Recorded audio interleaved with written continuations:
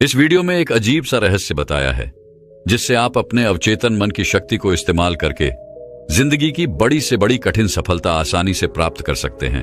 कैसे अपने अवचेतन मन की शक्ति को इस्तेमाल करना है, इसकी विधि क्या है, इस विषय पर हम आज एक अद्भुत कहानी आपको सुनाएंगे। तो चलिए कहानी की शुरुआत करते हैं। दोस्तों, हमारा जो चेतन मन होता है उससे करीब 9 गुना अधिक ताकतवर हमारा अचेतन मन होता है। अगर 1 गुना ताकत हमारे चेतन मन के पास है तो इसका अर्थ यह हुआ कि उससे 9 गुना अधिक ताकत हमारे अवचेतन मन के पास है, क्योंकि अवचेतन मन ही हमारे पूरे शरीर को नियंत्रित करता है। चेतन मन हमारे दिमाग का एक हिस्सा है जो हमारे विचारों और भावनाओं से प्रेरित होता है, और हमारा चेतन मन ही तर्क वितर्क करने में हमारी मदद करता है। लेकिन दूसरी तरफ हमारा अवचेतन मन यह तर्क वितर्क नहीं करता, यह उस जानकारी को ग्रहण कर लेता है जो इसे चेतन मन देता है। इसीलिए जैसा हम अपने अवचेतन मन में सोचते हैं वैसे ही हम बनते चले जाते हैं। क्या आपने कभी इन बातों पर विचार किया है कि कोई व्यक्ति दुखी क्यों है और वहीं पर दूसरा व्यक्ति इतना सुखी क्यों है?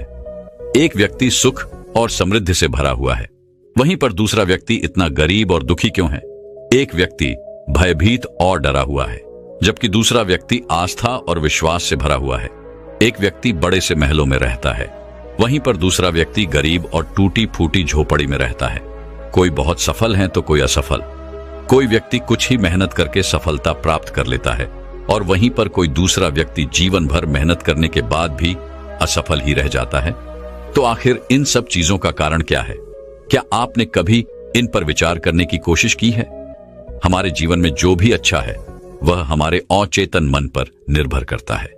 अर्थात यदि आप अपने अचेतन मन में यह बात डालेंगे, मेरे साथ जो कुछ भी होगा वह अच्छा होगा, मेरे साथ जो कुछ भी हो रहा है वह अच्छा हो रहा है और मैं एक दिन कामयाब जरूर बनूंगा, तो आप अवश्य ही अपने जीवन में कामयाब बन जाएंगे। वहीं पर यदि आप अपने अवचेतन मन में बुरी बुरी बातें डालेंगे, अर्थात नकारात्मक बातें कहेंगे, तो आपके जीवन में केवल नकारात्मकता ही भर जाएगी और आपके साथ कुछ भी अच्छा नहीं होगा। आप जहां जाएंगे वहां पर आपके हाथ केवल असफलता ही लगेगी। आप हमेशा निराश और परेशान ही रहेंगे, लेकिन उनका हल आपको कभी नहीं मिल पाएगा। इसलिए यदि आप भी अपने मन को अच्छी तरह से जानना चाहते हैं, वो सेवा काम करवाना चाहते हैं जो आप चाहते हैं, उसे अपने नियंत्रण में रखना चाहते हैं, तो इस वीडियो को अंत तक जरूर देखिएगा, क्योंकि इस वीडियो में आपको ऐसी महत्वपूर्ण जानकारियां मिलेगी जिसकी मदद से आप अपना जीवन अच्छे से जी सकते हैं।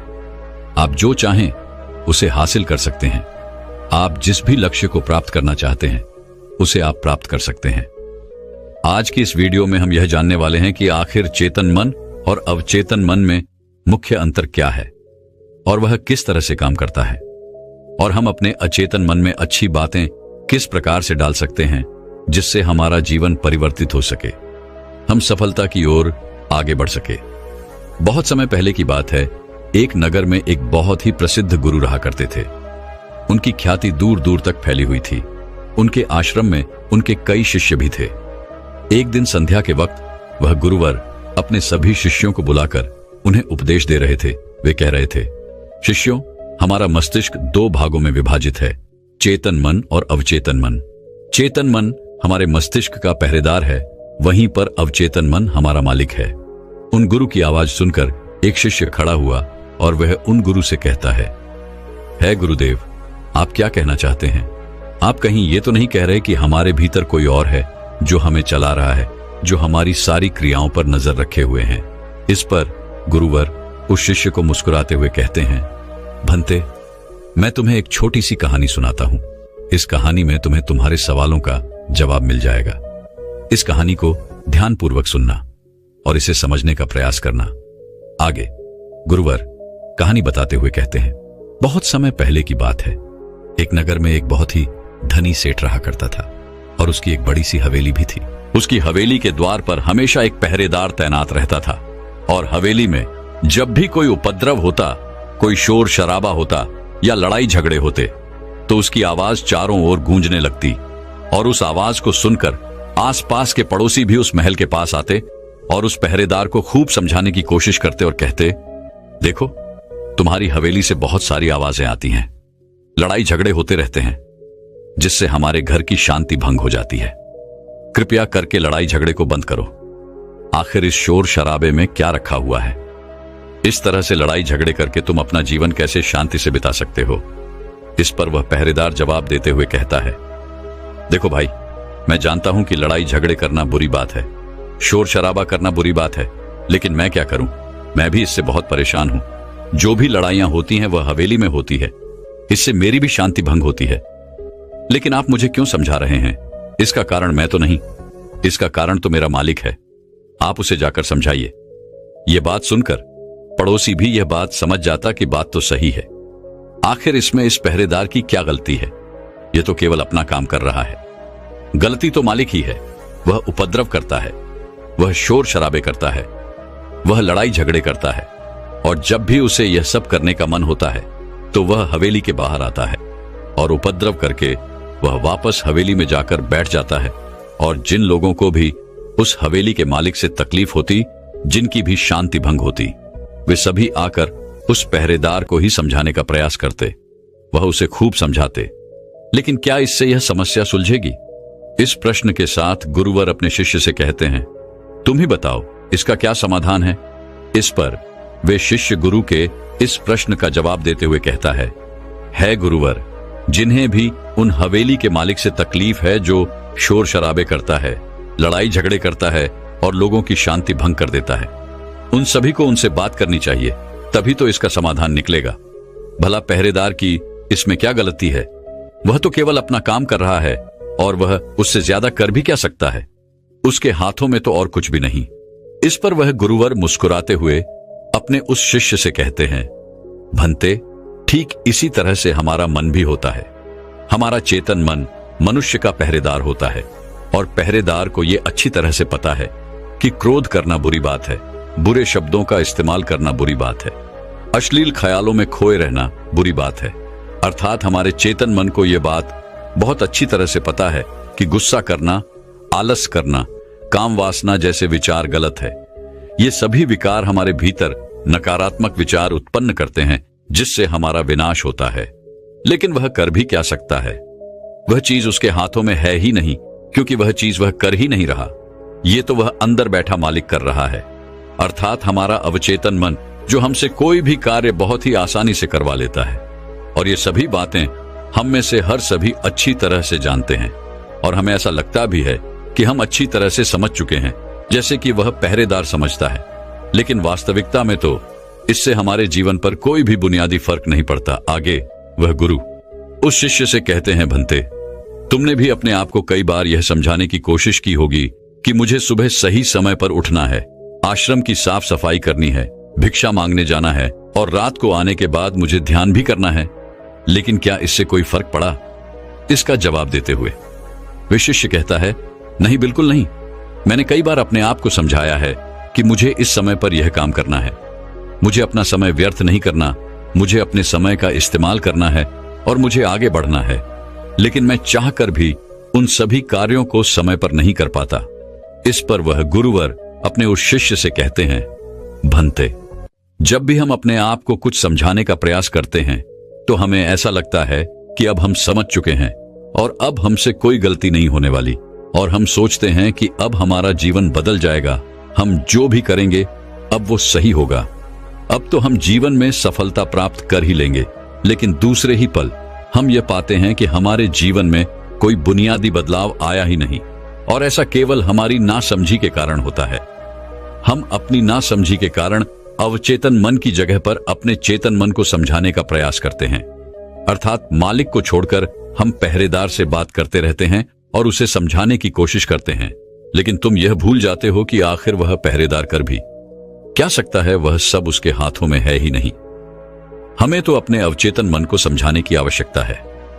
हमारी बुद्धि अर्थात वह पहरेदार जो यह समझ जाता है कि क्या सही है और क्या गलत, उसे कब क्या करना है, क्या नहीं करना। लेकिन ये सारी बातें केवल हमारे पहरेदार अर्थात हमारे चेतन मन के सीमित रह जाती हैं। ये सारी बातें हवेली के उस मालिक अर्थात हमारे अवचेतन मन तक तो पहुंच ही नहीं पाती, और यही कारण है कि हमारे जीवन में कभी कोई बुनियादी बदलाव हो ही नहीं पाता।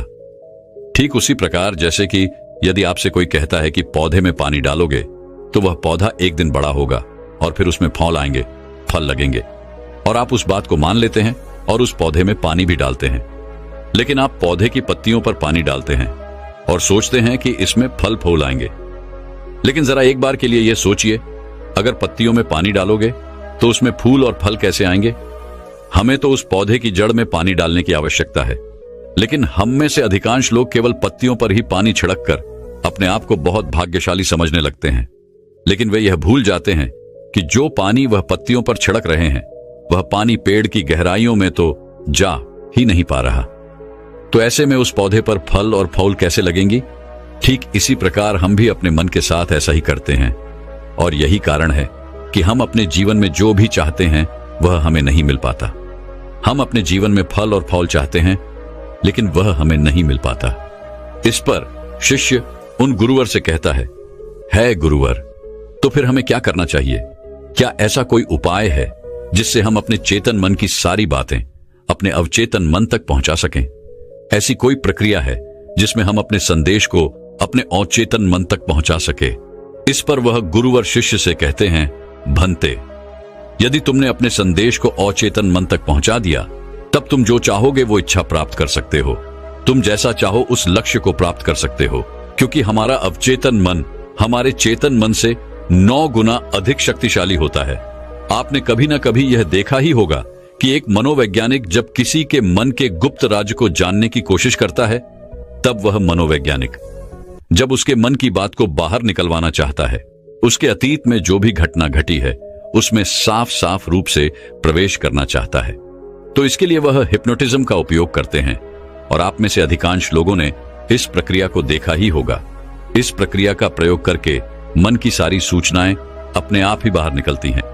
इस प्रकार किसी के भी मन को काबू में करके हम उससे जो चाहे वो कार्य करवा सकते हैं।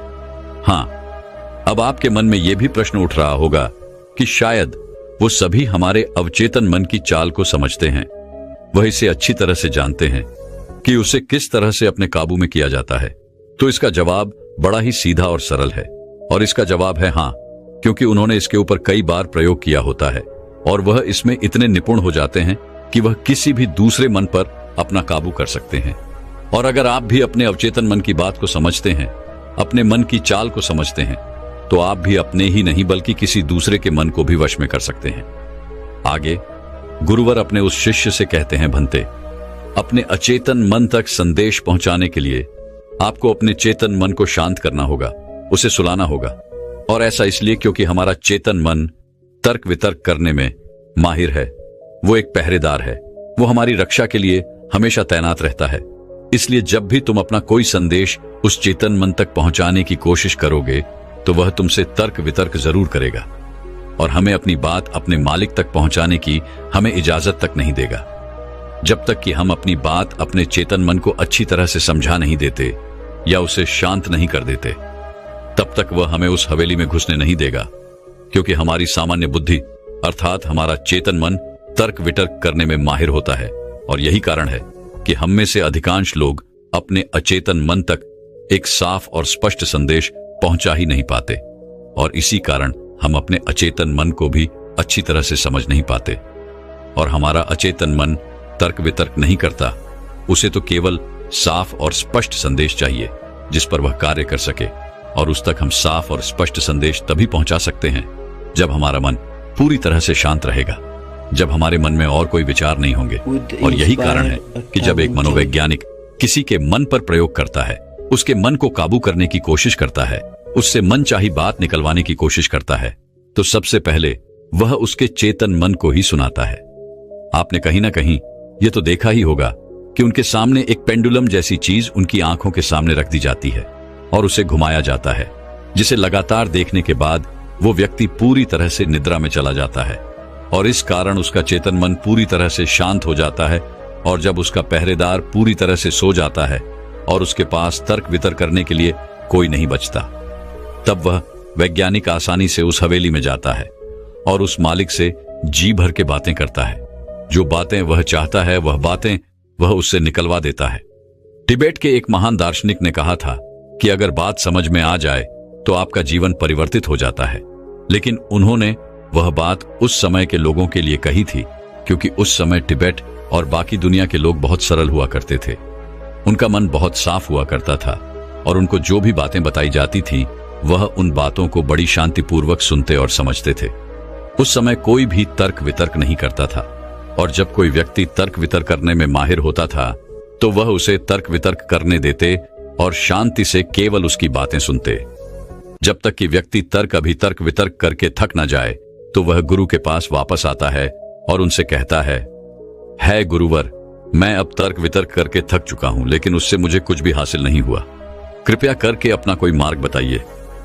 आप मुझे अपने तरीके से समझाए, अब मैं उसमें कोई भी अवरोध उत्पन्न नहीं करूंगा। ठीक इसी प्रकार से हमारी बुद्धि भी काम करती है। जब हमारा मस्तिष्क तर्क वितर्क करके थक जाता है तब उसे इस बात का एहसास होता है कि तर्क वितर्क करके उसे कुछ भी हासिल नहीं होने वाला, और उस समय तक उसे कुछ भी समझ में नहीं आएगा। दोस्तों, महात्मा बुद्ध अपनी बातों को 3 बार दोहराया करते थे, और यदि कोई बात आपसे 3 बार कही जाए तो क्या आप उस बात को सुन पाएंगे? मान लीजिए आप किसी चिकित्सक के पास जाते हैं और वह चिकित्सक आपसे एक बार कहता है कि आप ठीक हैं, आपको कुछ नहीं हुआ, तो ये बात आप सुन लेते हैं और आपको यह बात समझ में आ जाती है कि मैं ठीक हूं और मुझे कुछ भी नहीं हुआ। लेकिन अगर वही चिकित्सक आपसे बार बार वही बात कहे, बार बार वह वही बात दोहराए, तो क्या आपको क्रोध नहीं आएगा? आप यही कहेंगे कि हाँ, मुझे वह बात समझ में आ चुकी है। आप बार बार एक ही बात क्यों दोहरा रहे हैं? मैं समझ चुका हूं कि मैं बीमार नहीं हूं और मुझे कुछ नहीं हुआ, तो इसको बार बार दोहराने से क्या फायदा? लेकिन वास्तविकता तो यह है कि जब हम किसी बात को बार बार दोहराते हैं तो उससे हमारा चेतन मन ऊब जाता है, और बार बार उस बात को सुनने से हमारा चेतन मन उस बात पर ध्यान नहीं देता। और यही वह वक्त होता है जब हमारी बात हमारे अवचेतन मन तक पहुंचती है। और जब आपकी बात आपके अवचेतन मन तक पहुंच जाए तो यकीन मानिए कि तब कुछ भी संभव है। फिर चाहे आप कोई अपने जीवन में बड़ा लक्ष्य प्राप्त करना चाहते हो या फिर अपना स्वास्थ्य सुधारना चाहते हो, सब कुछ संभव हो जाएगा। दोस्तों, आपने कभी ना कभी यह किस्सा तो सुना ही होगा। एक प्लेन क्रैश हो गया था और उस प्लेन का जो पायलट था उसकी प्लेन से गिरने की वजह से शरीर की सारी हड्डियां टूट चुकी थी, और जब उसे अस्पताल में भर्ती किया गया तो उसे हिला डुला भी नहीं जा रहा था। डॉक्टरों ने भी यह जवाब दे दिया था कि तुम ठीक नहीं हो सकती और तुम्हारी हड्डियों को फिर से जोड़ पाना लगभग नामुमकिन है। लेकिन वह व्यक्ति जीना चाहता था। उसने अपने अवचेतन मन में जबरदस्ती यह बात डाली कि मैं ठीक हो सकता हूं, मैं ठीक हो सकता हूं, और यकीन मानिए कि वह व्यक्ति सच कुछ ठीक हो गया। वह अपने पैरों पर चलकर अपने घर गया। ऐसा केवल हमारे अचेतन मन की शक्तियों के कारण होता है। जब हम कुछ ठान लेते हैं और अपने अचेतन मन को एक स्पष्ट और साफ संदेश देते हैं तो हमारा अचेतन मन हमसे कुछ ऐसे कार्य करवाने लगता है कि हमारे लिए सब कुछ मुमकिन हो जाता है। फिर चाहे वह जीवन में कोई बड़ा से बड़ा लक्ष्य प्राप्त करना हो या फिर अपने स्वास्थ्य को सुधारना हो। और पुराने जमाने में यह बहुत सरल हुआ करता था, क्योंकि उस समय लोग तर्क वितर्क नहीं किया करते थे, और जो भी उसे कहा जाता था वह उसे बहुत गहन ध्यान के साथ सुनते थे और समझते थे। लेकिन आजकल के तथाकथित बुद्धिमान लोग वे सभी इन सभी बातों को अंधविश्वास कहते हैं। लेकिन यह भी एक वास्तविकता है कि जैसा आप खुद से कहते हैं वैसा ही आप अंदर से बनते चले जाते हैं। आप अंदर से उतने ही अशांत होने लगते हैं, और जो व्यक्ति अपने मन की बकबक को शांत कर पाता है वही शांति को प्राप्त कर पाता है। हमारी जो बुद्धिमानी है वही हमारे अचेतन मन का एक रूप होती है। हमारा चेतन मन हमें कोई भी नई चीज सीखने में हमारी मदद करता है। जैसे यदि आप कोई नई भाषा सीखना चाहते हैं या फिर आप कोई नई टेक्निक सीखना चाहते हैं तो इसमें हमारा चेतन मन हमारी बहुत मदद करता है। लेकिन जब बात आती है भावनाओं की, अर्थात क्रोध, कामना, आलस इत्यादि, जो कि हमारे अचेतन मन का हिस्सा होते हैं, उन्हें हमें सीखना नहीं पड़ता, वह तो हमारे अंदर पहले से ही मौजूद है। क्या आपने कभी एक पल के लिए यह सोचा है कि क्या आपने कभी ग्रोथ सीखा है? क्या आपने कभी काम वासना सीखी है? क्या आपने कभी आलस सीखा है? यदि आपको बचपन से ही किसी ऐसी जगह पर रखा जाए जहां पर कोई भी व्यक्ति ना हो, कोई भी इंसान ना हो, तब भी आपके भीतर ये सारे गुण आ ही जाएंगे, क्योंकि इसमें तो सिर्फ और सिर्फ हमारे अचेतन मन का ही काम है। यानी कि वह चीजें जो प्रकृति ने हमें पहले से ही दी है, और वह सिर्फ हमारे अवचेतन मन के माध्यम से ही भरी जाती है, क्योंकि हमारा अचेतन मन कभी विरोध नहीं करता। क्या आपने कभी इस बात पर भी गौर किया है कि जो इस दुनिया में बाहरी चीजें हैं उसे आप सीख सकते हैं, लेकिन जहां बात आती है हमारे भीतर की, अर्थात ग्रोथ को ना करने वाली सीख की, तो आप उस सीख को नहीं सीख पाते। मान लो अगर आपको घड़ी सीखना है तो उसके बारे में हमारे अचेतन मन को कुछ नहीं पता होता, लेकिन वहीं पर यदि कोई आपसे यह कहे कि 5 और 5 10 होते हैं, तो यह बात आपके अचेतन मन को अच्छी तरह से समझ में आ जाती है, क्योंकि आपका अचेतन मन विरोध नहीं करता और उसे एक साफ और स्पष्ट संदेश भी मिल रहा है। इसलिए हमें अपने अवचेतन मन तक साफ और स्पष्ट संदेश भेजने की आवश्यकता होती है, और यह तभी संभव है जब हमारा चेतन मन इसके आड़े ना आए। तभी वह शिष्य उन गुरुवर से कहता है गुरुवर, आखिर हम अपने अवचेतन मन को साफ और स्पष्ट संदेश क्यों नहीं भेज पाते? आखिर इसका क्या कारण है? इसका जवाब देते हुए वे गुरु शिष्य से कहते हैं, भंते, इसका पहला कारण यह है कि जब भी हम अपने अवचेतन मन में कोई सूचना पहुंचाने की कोशिश करते हैं, तो हमारा चेतन मन पहले उससे तर्क वितर्क करता है। वह यह सोचता है कि इस जानकारी से हमें लाभ होगा या हानि, और जब तक हम अपनी सूचना को सही और साफ स्वस्थ तौर पर अपने अवचेतन मन तक नहीं पहुंचा पाते, तब तक वो हमारे लिए काम नहीं कर सकती है। मान लीजिए कि आप ईश्वर के सामने हाथ जोड़कर खड़े हैं और उनसे प्रार्थना कर रहे हैं कि है ईश्वर, मुझे एक अच्छी नौकरी मिल जाए, मैं अच्छी तरह से कामयाब हो जाऊं। इस दौरान हमारा चेतन मन यह सोचता है कि आखिर मुझे नौकरी मिल जाएगी और मैं कामयाब हो जाऊंगा, तो उसके बाद मैं क्या करूंगा? मैं ऐसा घर खरीदूंगा, ऐसी गाड़ी खरीदूंगा, अपने परिवार के लिए यह करूंगा, वो करूंगा, अपना खुद का व्यापार शुरू करूंगा। ऐसे कई प्रकार के विचार हमारे चेतन मन में उठने लगते हैं, और इसी कारण हम अपने औचित्य मन तक साफ और स्पष्ट संदेश भेज नहीं पाते। और इसीलिए कहा जाता है कि ध्यान हमारे मन को शांत कर देता है, और शांतपन में जो भी बातें डाली जाती हैं वो सीधे हमारे अवचेतन मन तक पहुंचती हैं, जिससे हम सब कुछ हासिल कर सकते हैं। जो भी अपने जीवन में हासिल करना चाहते हैं वह सब कुछ हमें बहुत आसानी से मिल जाता है। यदि आप भी अपने जीवन में बुनियादी रूप से परिवर्तन चाहते हैं, जीवन में कुछ बदलाव चाहते हैं और अपने जीवन में किसी लक्ष्य को प्राप्त करना चाहते हैं, तो आपको अपने अवचेतन मन तक साफ और स्पष्ट संदेश भेजना ही होगा। अपने अवचेतन मन को अपने वश में करना ही होगा, और अपने अवचेतन मन को वश में करने के लिए आप यह एक तरीका अपना सकते हैं। अगर आपको कोई चीज पानी है तो आपको उस चीज को मंत्र की तरह मन में दोहराना होगा, और ऐसा आपको करीब 28 दिन तक करना होगा। और यदि इस दौरान आपसे कोई यह कहे कि इससे कोई फर्क नहीं पड़ने वाला, यह सब बेकार की बातें हैं, तो उनकी बातों पर यकीन मत कीजिएगा, क्योंकि यदि आप कोई बात मंत्र की तरह दोहराते हैं तो वह मंत्र अर्थात वो बातें हमारे अवचेतन मन तक पहुंच जाती हैं। और एक बार यदि आपकी बात आपके अवचेतन मन तक पहुंच गई तो हम दुनिया की कोई भी चीज पा सकते हैं। हम किसी भी बड़े से बड़े लक्ष्य को हासिल कर सकते हैं, और उसके लिए आपको बस इतना ही करना है।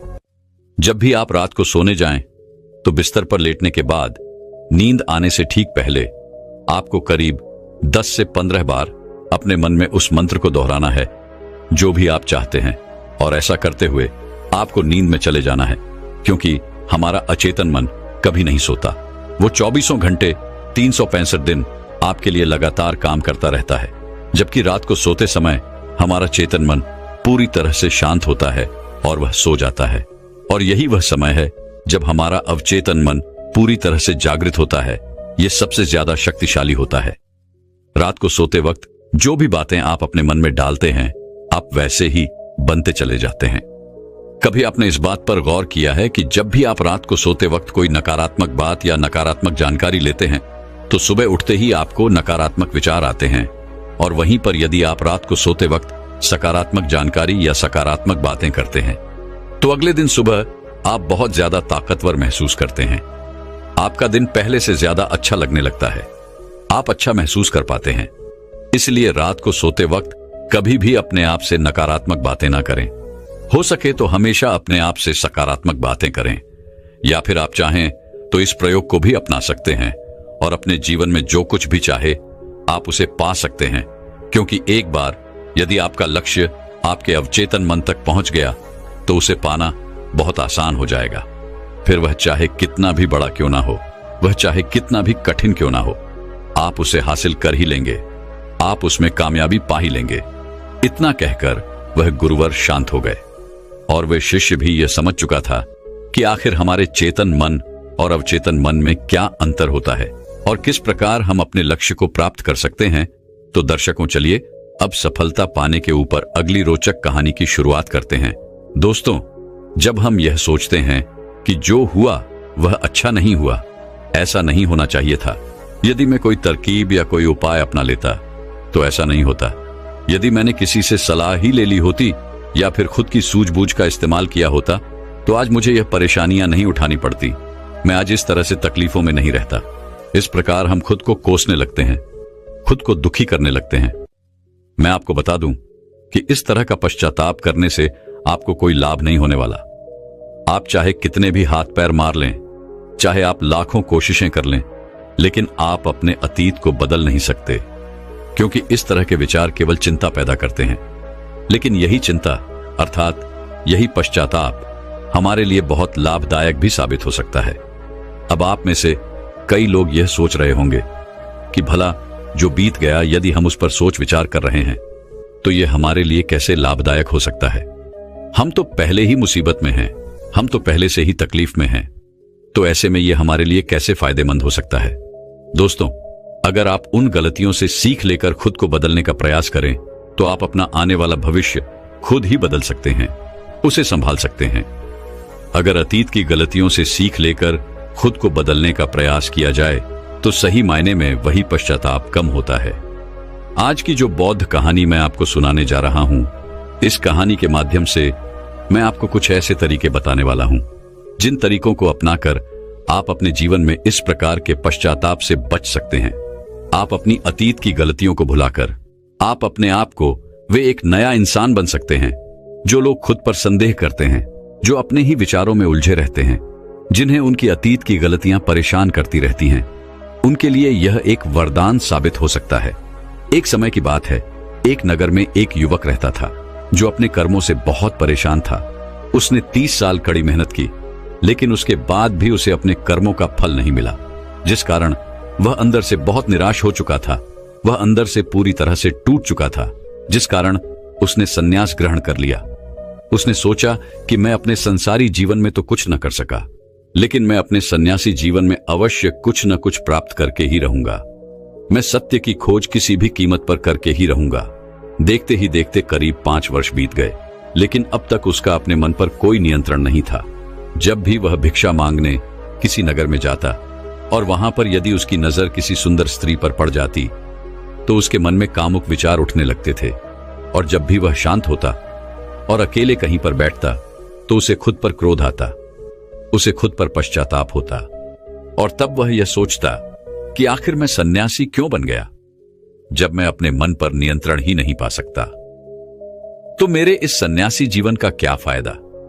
इससे तो अच्छा होता कि मैं किसी अच्छी और सुंदर स्त्री से विवाह कर लेता, पैसे कमाता और अपना घर परिवार संभालता। हो सकता था कि मेरे अपने बच्चे भी होते, लेकिन मैं भी कितना बेवकूफ हूं। मैंने अपने सारे सुख त्याग दिए और ना जाने क्यों मैं इन जंगलों में आ गया, ना जाने क्यों मैंने सन्यास ग्रहण कर लिया। इसी प्रकार के कई सारे विचार उसके मन में उठने लगे थे और इन्हीं विचारों के कारण उसके मन में नकारात्मकता पैदा होने लगी थी, जिस कारण वह छोटी छोटी बातों पर क्रोधित हो जाता। वह अपने आप को कोसने लगता।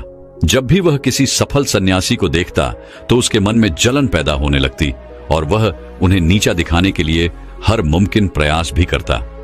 इसी प्रकार के कई तरह तरह के विचार उसे परेशान करने लगे थे और अब वह और भी ज्यादा चिंतित रहने लगा था। उसने खाना पीना पूरी तरह से छोड़ दिया था। एक दिन रात्रि के वक्त वह आश्रम के बाहर बैठकर रो रहा था और रोते रोते उसने यह तय किया कि वह अपना जीवन समाप्त कर देगा। यह सोचकर वह आश्रम से निकल पड़ा और एक पहाड़ की चोटी पर जाकर खड़ा हो गया। रोते रोते वह यह सोच रहा था कि मैं चाहकर भी अब अपनी पुरानी जिंदगी में वापस नहीं लौट सकता, क्योंकि मैंने सबके सामने सन्यास ग्रहण किया है और एक बार सन्यास ग्रहण करने के बाद इंसान का घर परिवार सब कुछ छूट जाता है। ऐसा सोचता हुआ वह उस पहाड़ से नीचे की ओर देख रहा था। उसकी आंखों से आंसू बह रहे थे, लेकिन अब भी उसके मन में तरह तरह के विचार उत्पन्न हो रहे थे। वह अब भी यही सोच रहा था कि यदि मैंने अपने जीवन में सही निर्णय लिए होते तो आज मुझे ये दिन न देखना पड़ता। रोते हुए अपने कदम आगे बढ़ाने ही वाला था कि तभी उसे एक आवाज सुनाई दी।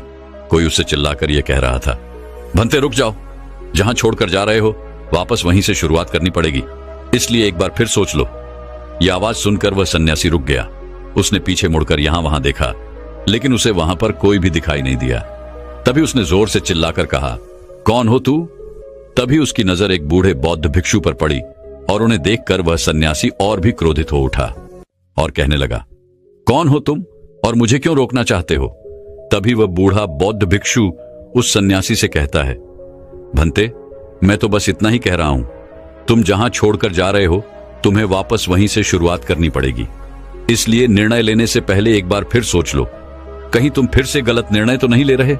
तभी वह सन्यासी क्रोधित होकर उन बौद्ध भिक्षु से कहता है, आपको क्या लगता है कि मैं बार बार यही गलतियां दोहराऊंगा? मैं मानता हूं कि मैंने अनजाने में गलतियां की है और इसका मतलब यह नहीं कि बार बार मैं यही गलतियां दोहराते रहूंगा। मैंने अपनी गलतियों से बहुत बड़ी सीख ली है, लेकिन अब मैं उन गलतियों को ठीक नहीं कर सकता। अब मैं उन्हें बदल नहीं सकता, इसलिए मैंने बहुत सोच समझकर यह फैसला लिया है। उस सन्यासी की यह बात सुनकर वह बूढ़ा बौद्ध भिक्षु जोर जोर से हंसने लगा और उस सन्यासी से कहता है, भंते अतीत की गलतियां कोई नहीं सुधार सकता, क्योंकि बीता हुआ समय कभी लौटकर नहीं आने वाला। हाँ, वे लोग मूर्ख होते हैं जो यह कहते हैं कि वे लोग अतीत को बदल सकते हैं। उनसे बड़ा अज्ञानी इस दुनिया में दूसरा और कोई नहीं हो सकता, क्योंकि जब तुम समय को वापस नहीं मोड़ सकते तो तुम अपनी अतीत की गलतियों को भला कैसे बदल सकते हो? लेकिन जो लोग समझदार हैं, जो लोग ज्ञानी हैं, वे लोग यह बात बहुत अच्छी तरह से जानते हैं कि जीवन में गलतियां करना कितना जरूरी होता है। गलतियों के कारण ही तो हम सीख पाते हैं, अपनी गलतियों से समझ पाते हैं और अपने भविष्य को बेहतर बना पाते हैं। आगे वह बूढ़ा बौद्ध भिक्षु उस सन्यासी से कहता है, भंते जब तक तुम्हें खुद की कमियों का ही पता नहीं होगा तब तक तुम अपने आप को बेहतर कैसे बना सकते हो? और हमारी कमियां तो सिर्फ हमारी गलतियों से ही पता चलती हैं। आगे वह बूढ़ा बहुत भिक्षु उस सन्यासी से कहता है, बहती है, हर माता पिता अपने बच्चों को बड़े ही लाड़ प्यार से पालते हैं। वह उन पर कभी कोई आंच नहीं आने देना चाहते। वह यह नहीं चाहते कि उनका बेटा कभी कोई गलतियां करे और उसे कोई तकलीफ हो, लेकिन वह यह भूल जाते हैं कि जीवन एक युद्ध का मैदान है जहां हम खुद अपनी गलतियों से सीखते हैं और एक योद्धा बनते हैं। और जो यह सोचता है कि वह अपने जीवन में कभी कोई गलती ही नहीं करेगा, तो इसका अर्थ यह हुआ कि वह कभी भी जीवन के इस रण क्षेत्र में हिस्सा ही नहीं लेना चाहता। और जो कोई भी इस युद्ध में हिस्सा नहीं लेता, वह अपने जीवन में कभी कुछ नया नहीं कर पाता, ना ही वह अपने जीवन में कुछ सीख पाता है। वह तो केवल वही करता है जो उसे सिखाया गया है। और जो व्यक्ति इस युद्ध भूमि में हिस्सा लेता है, वह यह अच्छी तरह से जानता है कि उसे कई बार गिरना होगा, कई बार संभलना होगा, लेकिन उसे रुकना नहीं है, बल्कि उसे चलते रहना है, क्योंकि जीवन चलते रहने का नाम है। इस पर वह सन्यासी और भी क्रोधित हो उठता है और बौद्ध भिक्षु से कहता है, आखिर तुम कहना क्या चाहते हो? तुम इस तरह से मेरा समय व्यर्थ कर रहे हो। जो भी कहना है जल्दी कहो, अन्यथा अच्छा नहीं होगा। तभी वह बूढ़ा बौद्ध भिक्षु एक बार फिर मुस्कुराने लगा और उस सन्यासी से कहता है, भंते आज मैं तुम्हें जीवन के ऐसे 5 तरीके बताने वाला हूं जिनका पालन करके तुम अपने अतीत की गलतियों को अपनी ताकत में बदल सकते हो। आगे वह बौद्ध भिक्षु उस सन्यासी से पूछते हैं, भंते क्या तुम जानना चाहोगे कि वो 5 तरीके कौन से हैं? यदि तुम जानना चाहते हो तो इसके लिए तुम्हें भी मुझे एक वचन देना होगा। तभी वह सन्यासी कहता है, कैसा वचन? तभी वह बूढ़ा बौद्ध भिक्षु बड़े ही प्रेम से उस सन्यासी से कहता है, बस इतना ही कि तुम अपने मन से आत्महत्या का ख्याल निकाल दोगे, सिर्फ तभी मैं तुम्हें यह 5 बातें बताऊंगा, अन्यथा तुम अपने फैसले पर अटल रह सकते हो। लेकिन याद रखना कि जो गलतियां तुमने पहले दोहराई हैं, हो सकता है कि इस बार भी तुम वही गलती कर रहे हो। इतना कहकर वह बूढ़ा बौद्ध भिक्षु शांत हो गया और वह सन्यासी कुछ देर के लिए सोच विचार में पड़ गया। वह यह नहीं समझ रहा था कि वह क्या करे। यदि वह आत्महत्या करता है तो उसे वह 5 बातें नहीं पता चल पाएंगी, और यदि वह 5 बातें जानने के लिए जाता है तो उसे आत्महत्या का ख्याल मन से निकालना पड़ेगा। वह सन्यासी असमंजस में पड़ गया, लेकिन काफी देर सोच विचार करने के बाद आखिरकार उसने उस बूढ़े बौद्ध भिक्षु की बात मान ली और वह उन बूढ़े बौद्ध भिक्षु के पास पहुंचा और कहने लगा, कहिए, आप क्या कहना चाहते हैं?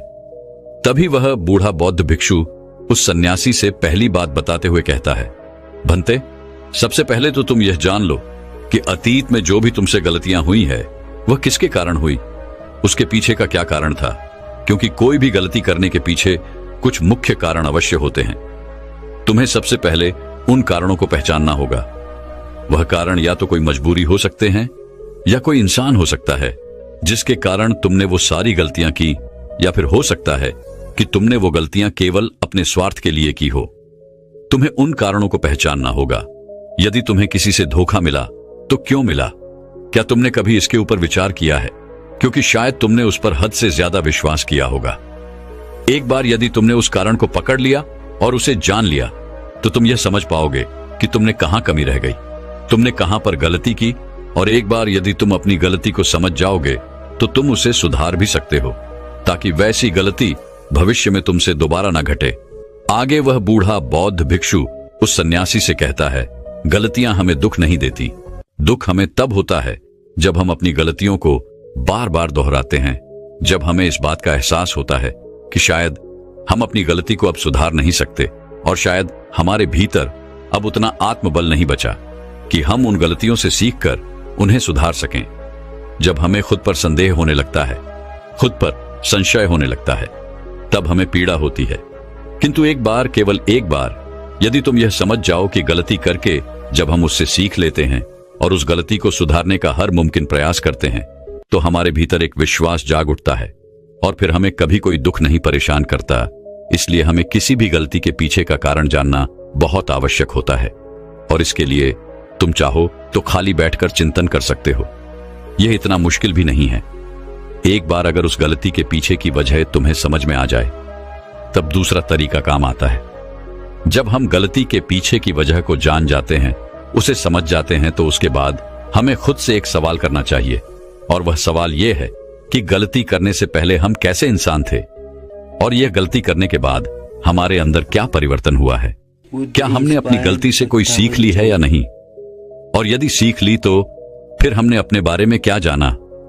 आगे वह बूढ़ा बौद्ध भिक्षु उस सन्यासी से कहता है, भंते, यदि तुम इस प्रकार खुद से सवाल करोगे तो तुम पाओगे कि तुम्हारे जीवन में कुछ नए अनुभव जुड़ गए हैं, और यह अनुभव ही तुम्हें आगे ले जाएंगे, क्योंकि यह जीवन में आगे बढ़ने के लिए तुम्हारी बहुत मदद करेंगे। तुमने देखा होगा कि जब किसी को जीवन में धोखा मिलता है तो अधिकांश लोग केवल यह सोचते हैं कि आखिर इसमें हमारी क्या गलती थी, लेकिन वह इस वास्तविकता को नहीं देख पाते कि आखिर तुम्हें धोखा मिला है तो क्यों मिला। क्योंकि आप एक संवेदनशील इंसान हैं, और जब आप ज्यादा संवेदनशील हो जाते हैं तो ऐसी स्थिति में आपकी संवेदनशीलता ही आपके धोखे का कारण बनती है, और यही आपकी गलती है। और जब आपको अपनी गलती के बारे में पता चल गया तो आपने यह भी सीख लिया कि आपकी गलती थी अधिक संवेदनशीलता। आपने अपने बारे में कुछ नया अनुभव प्राप्त किया। अगर तुम एक बार अपने बारे में निरीक्षण करना शुरू करोगे तो अपने बारे में तुम्हें बहुत सी अद्भुत बातें पता चलेंगी, और तब तुम खुद ही आश्चर्यचकित हो जाओगी, क्योंकि तुम खुद के बारे में और अधिक जानने लगोगे। इसलिए खुद का निरीक्षण करना अति आवश्यक है। आगे वह बूढ़ा बौद्ध भिक्षु उस सन्यासी से तीसरी आदत बताते हुए कहता है, तीसरे तरीके में हम खुद से संकल्प करते हैं। हम यह दृढ़ संकल्प बना लेते हैं कि हम भविष्य में दोबारा यह गलती नहीं दोहराने वाले। हाँ, हमसे कुछ नई गलतियां आवश्यक होंगी, लेकिन ये गलतियां हम जीवन में कभी नहीं दोहराएंगे। आगे वो बूढ़ा बहुत बिच्छू पोष सन्यासी से कहता है, बनते, इस संसार में 3 प्रकार के लोग होते हैं। एक वो जो दूसरों की गलतियों से सीखते हैं, दूसरे वो जो खुद की गलतियों से सीखते हैं, और तीसरे वो जो गलतियां करते ही रहते हैं लेकिन कभी अपनी गलतियों से सीख नहीं पाते। तुमने भिन्न भिन्न प्रकार की नदियों को तो देखा ही होगा। नदियों का अर्थ तभी निकलता है जब वो अलग अलग जगह से होकर गुजरती है। अगर वही नदी एक जगह पर ठहर जाए तो क्या वह नदी कहलाएगी? इसी प्रकार एक इंसान का जीवन भी नई नई गलतियां करने के लिए बना है। इसलिए एक बार जो तुमने गलती कर दी उसके लिए दृढ़ संकल्पित हो जाओ कि तुम जीवन में वो गलतियां कभी नहीं दोहराओगे। हाँ, हो सकता है कि तुमसे कोई नई गलतियां हो, लेकिन यदि तुम बार बार वही गलतियां दोहराते हो तो तुम मूर्ख हो। ऐसी अवस्था में तुम में और किसी जानवर में कोई फर्क नहीं रह जाएगा। आगे वह बौद्ध भिक्षु उस सन्यासी को चौथा तरीका बताते हुए कहते हैं, भंते, कई बार तो हमें पहले से ही अपनी गलतियों के होने का एहसास हो जाता है। गलतियां होने से पहले ही हमें उसका आभास हो जाता है कि हमसे गलतियां होने वाली हैं। इसलिए अगर गलती होने से पहले आपको एहसास हो रहा है तो आप बहुत खुशकिस्मत है और आप उस गलती को होने से रोक सकते हैं। आपने कभी ना कभी इन संकेतों को महसूस किया होगा, क्योंकि यह ब्रह्मांड हमें संकेत देता है। लेकिन फिर भी हम में से अधिकांश लोग इन बातों को नजरअंदाज कर देते हैं, जिसका परिणाम हमें बाद में भविष्य में भोगना पड़ता है। लेकिन जैसे जैसे आप अपने इन अतीत की गलतियों से सीखने लगते हैं तो आपका अनुभव बढ़ने लगता है, जीवन के बारे में समझ पैदा होने लगती है। और जब हमारी समझ बढ़ने लगती है तो गलतियों को होने से रोका भी जा सकता है। इसलिए बुद्धिमानी का इस्तेमाल करें, चिंतन करिए कि आप जो भी काम करने जा रहे हैं आखिर उसका परिणाम क्या हो सकता है। कहीं वह काम कोई गलती तो नहीं कहलाएगा। इसी तरह से एक मनुष्य जीवन के परिपक्वों में बांटा जाता है और इसी से आपका विकास होता है और हम सभी को इस राह से होकर गुजरना ही पड़ता है, अन्यथा हमारा जीवन वहीं पर ठहर जाएगा। हम कभी भी आगे नहीं बढ़ पाएंगे। यदि आप अपने जीवन में आगे बढ़ना चाहते हैं, किस लक्ष्य को प्राप्त करना चाहते हैं, तो आपको इस कार्य प्रणाली को अपनाना ही होगा, इसे समझना ही होगा। आगे वह बूढ़ा बौद्ध भिक्षु उस सन्यासी को आखिरी आदत बताते हुए कहते हैं, भंते, आखिरी और सबसे महत्वपूर्ण सीख, अगर तुम अपने अनुभव से एक इंसान बन चुके हो तो अब तुम दूसरों के लिए मार्गदर्शन का काम कर सकते हो। तुम दूसरों की राह में दीपक बनकर उन्हें रोशनी दिखा सकते हो, उन्हें उनकी राह पर आगे बढ़ा सकते हो, क्योंकि हम वैसे ही बन जाते हैं जैसा कि हम सोचते हैं। और जब आप खुद को बेहतर बनाने का प्रयास करेंगे तो आप देखते ही देखते बेहतर बनते चले जाएंगे और ये प्रकृति भी आपका साथ देगी, आपकी सहायता करेगी। ब्रह्मांड आपको खुद ब खुद रास्ता दिखाएगा और तब आप मानव जाति का कल्याण करने के कार्य में लग जाते हैं। तब वह शास्त्रों में सबसे सर्वश्रेष्ठ कार्य माना जाता है। इससे श्रेष्ठ कार्य तो और कोई हो ही नहीं सकता। जो व्यक्ति समस्त जीव जंतुओं और मानव जाति के कल्याण के बारे में सोचता है, ऐसे लोग परमात्मा हो जाते हैं। ऐसे व्यक्तियों के मन में प्रेम, करुणा, दया जैसे अनेक भाव उत्पन्न होने लगते हैं और परमात्मा करुणा और प्रेम का ही दूसरा नाम है। इतना कहकर वह बूढ़ा बौद्ध भिक्षु शांत हो गया और उस सन्यासी को भी अपनी गलती का एहसास हो गया। अब उसकी आंखों में खुशी की आंसू थे। वह उन बौद्ध भिक्षु के चरणों में जा गिरा और उन बूढ़े बौद्ध भिक्षु से कहता है गुरुवर, ऐसा निर्मल और जीवन का सार्थक ज्ञान पाकर मैं धन्य हो गया। आपने जो कुछ भी मुझसे कहा है उसे मैं अपने जीवन में जरूर अपनाऊंगा और मैं भी अपने जीवन को सार्थक बनाकर दिखाऊंगा। इतना कहकर उसने उन बौद्ध भिक्षु को प्रणाम किया और वापस अपने आश्रम लौट गया। दोस्तों, मैं उम्मीद करता हूं कि यह कहानी सुनने से आपके जीवन में अच्छे बदलाव आए होंगे। आपको इस वीडियो से क्या सीखने मिला, ये कमेंट करके जरूर बताएं और अपने परिवार, दोस्तों या आपके करीबी इंसान के साथ ये कहानी शेयर करके उन्हें भी इस ज्ञान से परिचित करवाएं। बाकी अगर आपको यह वीडियो दिल से अच्छी लगी हो तभी इस वीडियो को लाइक कर देना और आपने अब तक इस चैनल को सब्सक्राइब न किया हो तो चैनल को सब्सक्राइब भी जरूर कर देना। आपका हर दिन शुभ हो और खुशियों से आपका जीवन भरा रहे। धन्यवाद। नमो बुद्धाय।